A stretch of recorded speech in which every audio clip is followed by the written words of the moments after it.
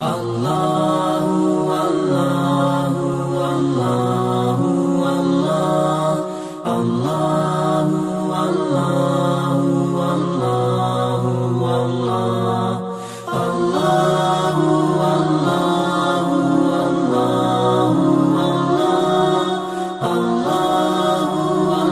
باللہ من الشیطان الرجیم بسم اللہ الرحمن الرحیم السلام علیکم ورحمۃ اللہ وبرکاتہ۔ ناظرین کرام، آپ دیکھ رہے ہیں صدق پاکستان اور میں ہوں جاوید الحسن چشتی۔ پچھلے درس میں ہم نے بات کی تھی کہ قیامت کی نشانیاں کیا ہیں اور والی کائنات صلی اللہ علیہ وسلم نے حضرت سیدنا فاروق اعظم رضی اللہ تعالیٰ عنہ کو کیا الفاظ فرمائے جب حضرت جبریل علیہ السلام چلے گئے۔ آج ہم اس سے آگے بڑھیں گے اور اس سے پہلے کہ ہم اپنے اس اہم ٹاپک کا آغاز کریں، تمام ناظرین سے التماس ہے کہ ہماری ویڈیو کو لائک کیجئے اور اپنی آراء کا کامنٹ میں اظہار ضرور کیا کیجئے۔ چینل کو سبسکرائب کرتے ہوئے بیل آئیکن کو پریس کر لیجئے اور نوٹیفیکیشن کو آل پر ضرور پریس کیجئے تاکہ صدق، صداقت اور سچائی کی داستان آپ تک بطریق احسن پہنچ سکے۔ بات ہم کر رہے ہیں کہ توحید، موحد اور نظریہ توحید آج کے زمانے میں کیا اس کا معنی ہے اور کیا اس کے ماخذ ہے۔ توحید اللہ تعالیٰ کی بارگاہ کو، اللہ تعالیٰ کی بارگاہ میں سجدہ ریز ہونا اور اسی کو یکتا تسلیم کرنا ہے۔ جو ایسا کرتا ہے اسے موحد کہا جاتا ہے۔ پھر وہ موحد چاہے کسی بھی کیٹیگری کے ساتھ تعلق رکھتا ہو، پھر وہ کہے کہ میں یہودی ہوں، یا وہ کہے کہ وہ عیسائی ہے، یا وہ کسی اور احساس اور کسی اور تہذیب سے تعلق رکھتا ہوں۔ لیکن آج کے نام نہاد لوگ اگر خود کو موحد کہتے ہیں تو ان کے موحد ہونے کے لیے کچھ شرائط ہیں جو آج آپ کے سامنے میں پیش کروں گا۔ وہ ایک بابا جی کہتے ہیں توحید ہے ایک دیکھنا، ایک کہنا نہیں توحید، جیڑا پیر توحید نہ جانے وہ ناقص پیر مرید۔ آپ یہ بات تو واضح ہے، سمجھتے ہیں واضح طور پر کہ دنیا میں بہت سارے مذاہب اور بہت سارے نظریے اپنے آپ کو منوانے کی کوشش کرتے ہیں۔ کبھی تو ہندوتوا کا ایجنڈا، تو کبھی یہودیوں کی یہودیت اور کبھی عیسائیوں کی عیسائیت۔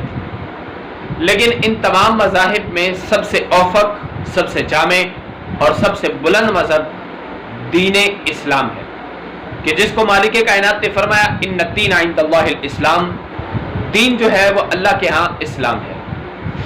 اب دین کے اندر جو بندہ داخل ہو جاتا ہے، اسلام میں جو بندہ داخل ہو جاتا ہے، اس کے لیے پھر بہت ساری قیود اور بہت سارے چیزیں جو ہے وہ مطلب بند جاتی ہیں اور وہ بہت ساری چیزوں میں محصور ہو جاتا ہے۔ پہلی چیز کہ مالک کائنات کی بارگاہ میں شرک نہ کیا جائے۔ شرک ہے کیا؟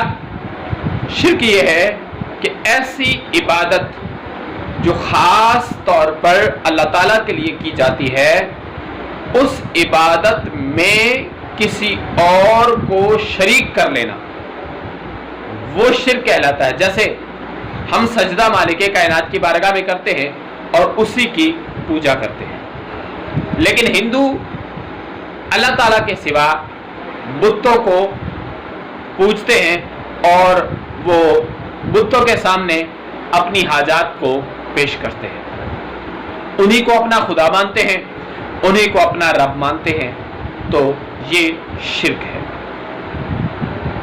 دوسرا، جیسے ستارہ پرست ہیں، وہ ستاروں کے سامنے اپنی حاجات کو پیش کر کے انہیں اپنا خدا مانتے ہیں۔ تیسرا، آگ کو ماننے والے، وہ آگ کو اپنا خدا مانتے ہوئے ان کے سامنے اپنی حاجات کو پیش کرتے ہیں۔ اب شرک کی بات تو ختم ہو گئی. اب جو اگلی بات ہے وہ ہے کہ اگر ہم نے توحید کو اللہ تعالیٰ کو یکتا مان لیا, اب ہمیں کیا کرنا ہے؟ اللہ تعالیٰ فرماتا ہے نا, حدیث قدسی ہے بخاری کے اندر, وہ فرماتا ہے عبدی یتقرب الی بالنوافل, میرا بندہ جب نوافل پڑھتے ہوئے میرے قریب پہنچ جاتا ہے تو میں اس کے ہاتھ بن جاتا ہوں جس سے وہ پکڑتا ہے, میں اس کے کان بن جاتا ہوں جن سے وہ سنتا ہے, میں اس کی آنکھیں بن جاتا ہوں جن سے وہ دیکھتا ہے, میں اس کے پاؤں بن جاتا ہوں کہ جن سے وہ چلتا ہے. اب جب بندہ اس کی توحید اور اس کے عشق میں اور اس کے مقام اور اس کی معرفت کو سمجھنے کے لیے اتنا گہرائی میں چلا جاتا ہے تو پھر وہ فرماتا ہے میں اس بندے میں گھس جاتا ہوں, میں اس میں اپنا مقام بنا لیتا ہوں, میں اس میں اپنا گھر کر لیتا ہوں. یہ توحید کا سب سے مین اصول ہے کہ اللہ کو اللہ مانتے ہوئے اس کی بارگاہ میں خود کو اس قدر مٹا دو کہ کہنے والا تجھے بھول جائے اور جس میں تو گم ہے وہ اس کو یاد رکھے. لیکن کچھ فلسفیوں نے اور آج کے زمانے میں کچھ لوگوں نے اس کو بڑی گہرائی سے اور ڈیپلی اسٹڈی کرنے کے بعد کہا جی کہ اگر کائنات میں اور بھی خدا ہوتے تو ممکن تھا کہ وہ اپنے نظام کو اتفاق سے چلا لیتے. قرآن پاک میں ہے نا کہ لو کان فیہما آلہۃ الا اللہ, اگر اللہ کے علاوہ اور الہ بھی ہوتے تو لفسدتا, ضرور فساد ہوتا. اب فلسفی, معتزلہ اور دیگر نظائر سے تعلق رکھنے والے, دیگر نظریات سے تعلق رکھنے والے لوگوں نے اس سے استدلال کیا کہ خدا اللہ کے علاوہ اور نہیں ہے, لیکن اگر اللہ کے علاوہ اور بھی خدا ہوتے تو ممکن ہے کہ وہ نظام کو ایک ردھم کے مطابق, ایک اتفاق کے مطابق چلا سکتے, اور ہو سکتا تھا کہ کائنات جیسے آج چل رہی ہے ویسے ہی تب چلتی. یہ بحث بہت لمبی ہو جائے گی. میں آپ کو شارٹلی کچھ چیزوں سے پردہ اٹھانے کی کوشش کرتا ہوں جو میرے علم میں ہے اور جتنا میرے رب نے مجھے علم عطا فرمایا.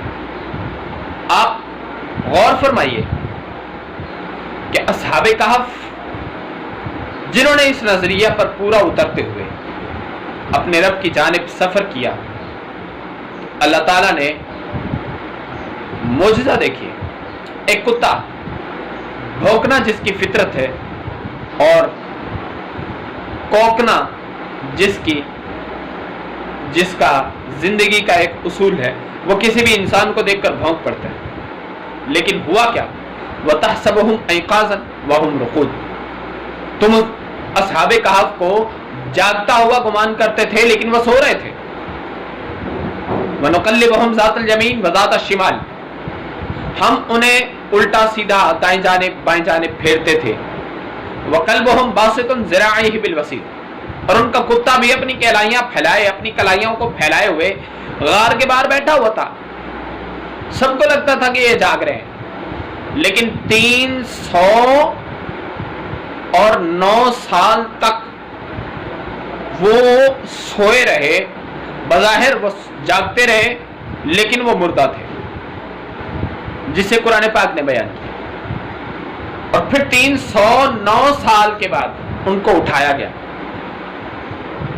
وہ ان کو اٹھانے کا مقصد یہ صرف یہ تھا کہ یہ بتایا جائے کہ اگر رب کسی کو موت دیتا ہے تو اس کو زندگی بھی وہ دے سکتا ہے.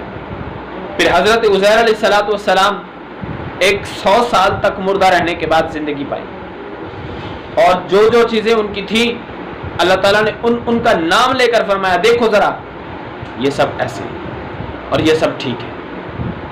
لیکن آپ آج بھی کچھ لوگ نظریہ توحید کو اپنا اوڑھنا بچھونا بنا کر اپنی خواستوں کا اظہار کرتے ہیں۔ شرک جو ہے اس کی حقیقت میں آپ کو بیان کر چکا کہ ایسی عبادت جو خاص طور پر اللہ تعالیٰ کے لیے کی جاتی ہے، اس عبادت میں کسی اور کو موصوف کر لینا یہ شرک ہے۔ لیکن وہ صفات جن میں اللہ تعالیٰ نے والی کائنات صلی اللہ علیہ وسلم کو اپنا موصوف اپنے ساتھ اکٹھا فرمایا ہے، ان سے والی کائنات صلی اللہ علیہ وسلم کو جدا کر لینا یہ کفر ہے۔ سو مالک کائنات سے دعا ہے کہ وہ مجھے اور آپ کو عمل کی توفیق عطا فرمائے۔ توحید کا ٹاپک ختم نہیں ہوا، اگلی ویڈیوز میں ہم اس پر مزید بات کریں گے اور آپ کو اس سے شناسائی عطا فرمائیں گے۔ تب تک کے لیے مفتی محمد جاوید الحسن چشتی کو اجازت دیجیے، اگلی ویڈیو میں آپ سے ملاقات ہوگی۔ جانے لگا تھا میں بھی جدا ہو کے اشکبار، رونے لگے تھے تم بھی سمٹ کر زیتون سے، کوئی تو آئے جو پائے ہم سے روشنی، ہم نے تو دل جلا کے لبے بام رکھ دیا ہے۔ السلام علیکم ورحمۃ اللہ وبرکاتہ، فی امان اللہ۔